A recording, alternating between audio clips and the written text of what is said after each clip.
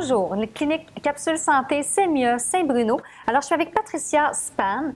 Patricia, coach en santé certifiée, la méthode du protocole Bredesen. Alors, Patricia, quelles sont les grandes lignes du protocole de Bredesen?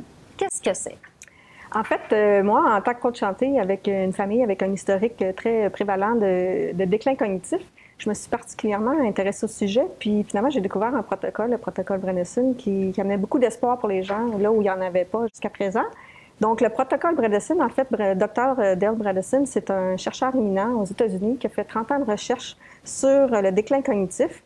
Puis dans le fond, ce qu'il a découvert à travers ses recherches, puis là, depuis 2012, il travaille avec des patients, c'est que finalement, pourquoi on n'a plus de succès avec le déclin cognitif, c'est qu'on regarde une monothérapie.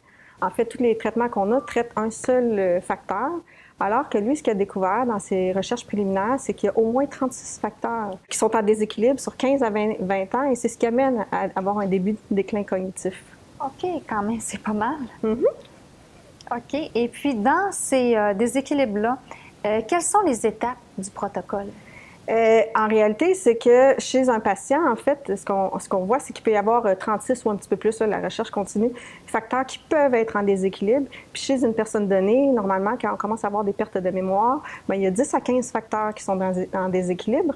Donc, la première étape, c'est d'identifier avec le patient c'est quoi les facteurs chez lui qui sont susceptibles d'être en déséquilibre, autant au niveau habitude de vie qu'au niveau médical, pour pouvoir voir après ça quel facteur va essayer de ramener en équilibre pour améliorer la situation et surtout pour prévenir le déclin. C'est quel est le moment idéal pour débuter ces changements-là? En réalité, comme on parle d'environ 15 à 20 ans de déséquilibre avant d'arriver à avoir les premiers symptômes, l'idéal, c'est dans la quarantaine. Mais le Dr. Bredesen travaille avec des patients. Souvent, évidemment, on a tendance à réagir quand on commence nous-mêmes à observer des petits symptômes.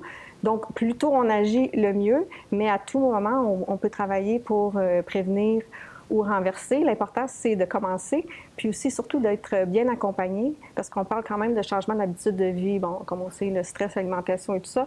Donc, d'être bien accompagné pour vraiment mettre en place les changements. Puis la bonne nouvelle, c'est que, comme on parle de saines habitudes de vie, tous les changements qu'on fait, mais en même temps, ça va aider notre santé globale. Donc, ça va nous aider pas juste... C'est du plus pour tout, pas juste cognitif. Exactement, c'est en plein ça. C'est bon. Merci beaucoup, Patricia. Merci. Merci.